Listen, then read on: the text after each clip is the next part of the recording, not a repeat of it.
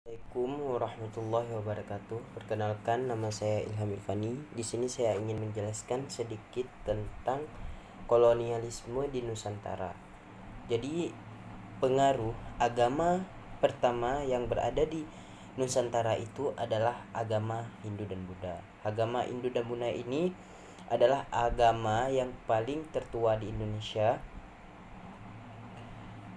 yang tertinggal sekitar tahun 375 Masehi, yang masih menggunakan bahasa Sanskerta atau bahasa liturgis agama Hindu dan menggunakan tulisan Pallawa. Kemudian tidak lama setelah Hindu dan Buddha, datangnya agama Islam di Indonesia. Agama Islam di Indonesia datangnya pada awal abad ke-13. Di situ terdapat sebuah kerajaan tertua di Indonesia, kerajaan Islam yang bernama Samudra Pasai. Pada akhir abad ke-14 dan awal abad ke-15, pengaruh Majapahit di Nusantara mulai menurun karena konflik suksesi dan meningkatkannya kekuasaan kerajaan Islam dengan membangun sebuah perdagangan yang perdagangan ini bisa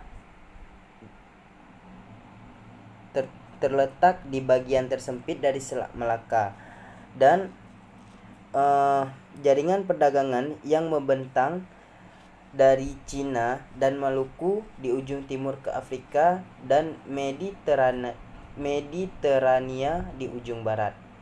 Awalnya Malaka adalah negara Hindu dan Buddha, namun berubah dengan cepat menjadi kesultanan Muslim, mungkin karena alasan terkait dengan perdagangan yang dibawa oleh Islam ke Indonesia.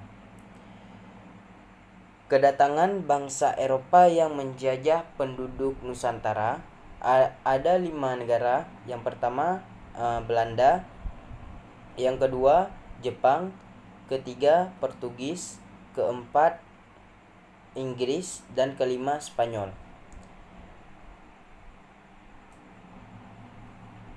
Sementara itu, negara-negara Islam terus berkembang di Nusantara, di Aceh lebih tepatnya, yang dipimpin oleh Sultan Iskandar Muda, yang mendirikan kekuasaan besar di awal abad ke-17.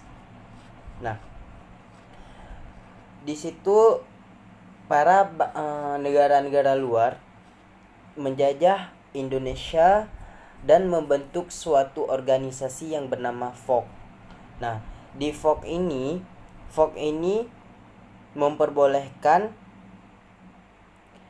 politik internal negara-negara pribumi, namun FOK mengakar cukup kuat dalam politik Mataram di Jawa Tengah.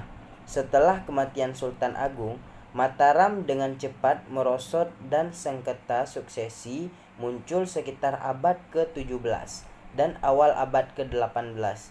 FOK memainkan taktik memecah belah dan menaklukkan, yang pada akhirnya mengakibatkan kerajaan Mataram menjadi 4 bagian dengan penguasaan menjadi tunduk kepada FOK. Meskipun posisi FOK masih lemah di luar Pulau Jawa, perkembangan politik di Jawa ini dapat dianggap sebagai tahap awal penjajahan dari Belanda di Nusantara. Sekian dari penjelasan saya. Jika ada kekurangan, wassalamualaikum warahmatullahi wabarakatuh.